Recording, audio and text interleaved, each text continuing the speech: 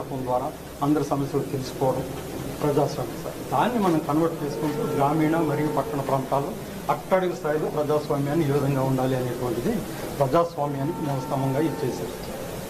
తర్వాత బ్రిటిష్ వారు కొన్ని సంస్కరణలు చేశారు సార్. ఆ సంస్కరణ ద్వారా కొన్ని హక్కులు మనకి సంక్రమించాయి. మెర్లోమెంటల్ సంస్కరణలు, మోంటాక్ సింస్బర్గ్ సంస్కరణలు, ప్రభుత్వ చట్టం. తద్వారా మనం రాజ్యాంగాన్ని 1949లో మనం చేసుకున్నాం సార్.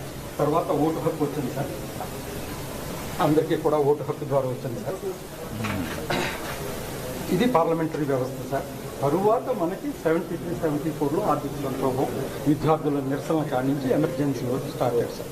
గుజరాత్లో స్టార్ట్ అయినటువంటి ఇది మనకి 75 జూన్ 25ని అత్యయ పరిస్థితి విధించడం జరిగింది సార్. అక్కడి నుంచి నిరసనలు ఇవన్నీ కూడా అయింది సార్. 74లో పాట్నాలో జరిగినటువంటిది ఆ రాత్రే 25వ తారీఖున మనకి ఎమర్జెన్సీని విధించడం జరిగింది సార్. ఇది అత్యవసర పరిస్థితి జూన్ 75 సార్. 12 సార్ ఒక చారిత్రాత్మక అంటే కోర్టు తీర్పు ద్వారా ఇందిరాగాంధీ గారు ఏంటంటే ఆమె సుప్రీంకోర్టుకి వెళ్ళడం, అప్పుడు స్టే తేవడం, ఈ క్రమంలోనే 25 ఇది చేయడం జరుగుతుంది సార్. దానికి ప్రజల నుంచి వ్యతిరేకత బాగా వచ్చింది. ఆనాటి రాష్ట్రపతి వాళ్ళు పెట్టినటువంటి సమస్య ఇది గజెట్. ఈ విధంగా ఫ్లైట్ 50 తయారు చేశాం సార్. ఎంటైర్ మన స్టేట్ అంతా కూడా మనం తీసుకుంటాం.